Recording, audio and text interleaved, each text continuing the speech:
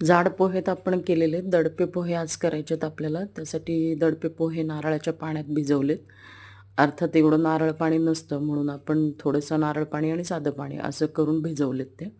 तर इथे फोडणी करायला घेतली आपण.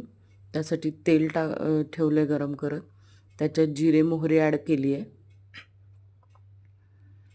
थोडीशी फोडणी तडतडायला लागली की त्याच्यामध्ये आपण आता हिंग टाकून घेऊया.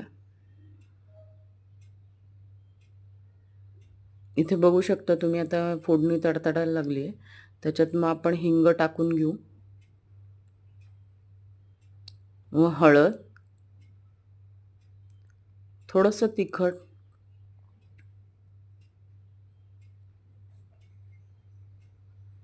मग येईल कढीपत्ता.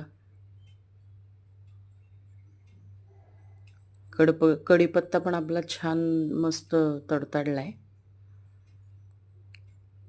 मिरच्या टाकल्यात थोड्याशा त्याच्यात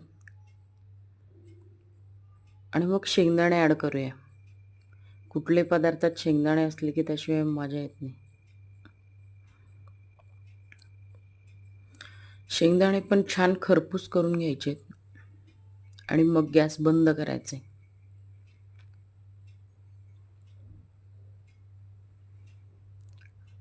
आता जे आपले पोहे भिजले होते त्याच्यामध्ये ओला नारळ मी ऑलरेडी खवून ठेवला होता, तो त्याच्यात ॲड करूया.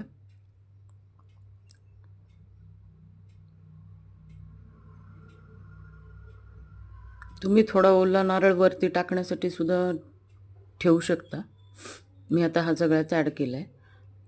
त्याच्यात मग मीठ टाकले.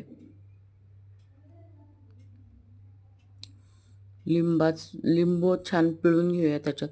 अशी आंबट गोड चव त्याला लागली पाहिजे.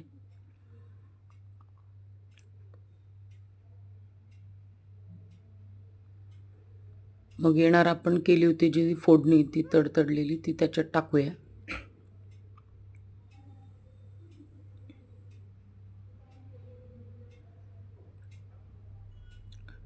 कोथिंबीर, वन ऑफ माय फेवरेट. कोथिंबीर टाकूया. मीठ आणि साखर टाकून घ्यायचे त्याच्यामध्ये आणि मस्त मिक्स करायचं आणि सर्व करायचं बारीक शेव डाळिंब टाकून. तुम्हाला माझी रेसिपी आवडत असेल तर लाईक करा, सबस्क्राईब करा आणि कमेंट द्यायला विसरू नका आणि एकदा नक्की ट्राय करा. आपण पातळ पोह्याचे पण एकदा तसेच ट्राय करतो.